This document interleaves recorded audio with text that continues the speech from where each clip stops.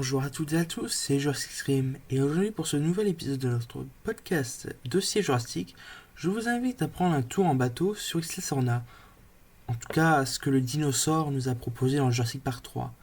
Aujourd'hui, nous allons parler de son histoire en 1997 jusqu'au destin tragique en 2001.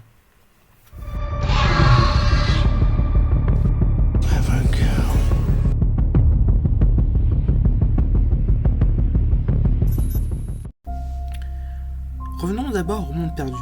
Alors que Buck et Junior sont ramenés sur Isla Sorna, John Hammond fit un message face à la télé pour parler de l'existence des dinosaures, une information qui a intéressé Enrique Cardoso, pour démarrer une petite entreprise qui vise à se rapprocher d'Isla Sorna en parachute. Une activité dangereuse et illégale depuis la mise en place du Genetic World Act, une loi visant à protéger les espèces d'Isla Sorna et Nublar et à interdire le clonage de nouvelles espèces par InGen. Le 23 mai 2001, Ben Hildebrand et Eric Kirby ont payé un tour sur les dinosaures. On peut remarquer que le conducteur fait quand même très attention car lui il est surveillé, comme on peut le voir au début avec le premier véhicule, un avion, qui n'avait pas vu le bateau touristique et qui verra après l'avion du groupe d'Alan Grant plus tard dans le film. Une fois l'avion parti, le second conducteur met le cap vers la rivière de Sorna jusqu'à entrer dans un grand brouillard. Quelque chose attaquera le bateau. On pourra voir après que le bateau sort du brouillard et donc on pourra voir la disparition des deux conducteurs et l'état du bateau après l'attaque.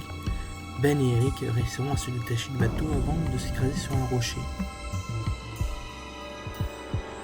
Malheureusement, mais comme de bons films, nous ne savons pas qui a attaqué le bateau, mais nous avons quand même une réponse, mais je vais vous expliquer ça après. Je vais vous présenter d'abord 3 théories de fans très connues.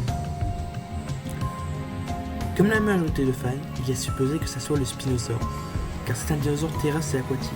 De plus, il se peut que ce soit la même rivière utilisée par l'attaque du groupe d'Alan Grant.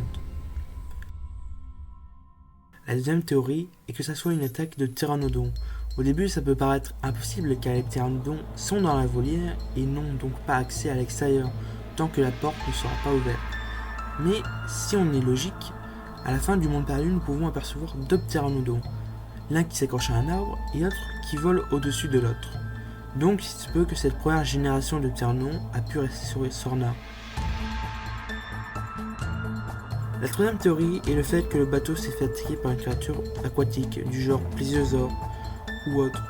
Mais cette théorie n'a pas vraiment d'argument et donc j'adhère le moins. Tout à l'heure je vous ai parlé d'une certaine réponse à ce problème.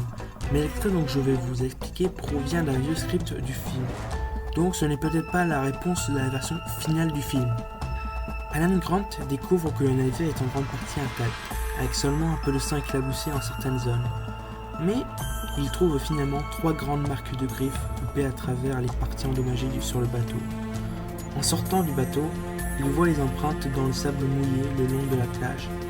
Alors que l'hélicoptère s'approche des survivants sur la plage, Eric crie à Alan qu'ils sont sauvés. Grant qui répondit en parlant bas seulement pour lui-même qu'ils ne le sont certainement pas. Il s'enfuit du bateau et il essaya de faire signe à l'hélicoptère en criant aussi fort qu'il peut. « Il ne faut pas rester là-bas, dans les arbres !» Puis, une vue à la fois magnifique et terrifiante, les pteranodons fait irruption à travers la limite des arbres de Sorna et attaquent l'hélicoptère.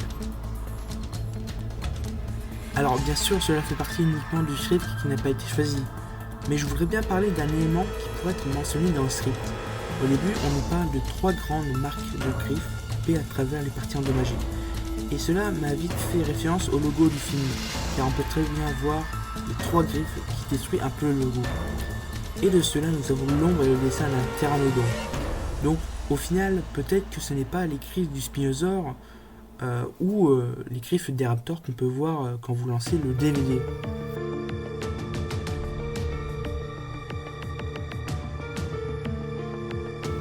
Il y a donc de nombreuses possibilités pour cette attaque, alors je vous laisse choisir l'option que vous préférez le plus.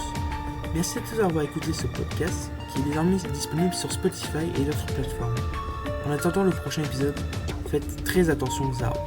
Un pteranodon peut très bien se cacher.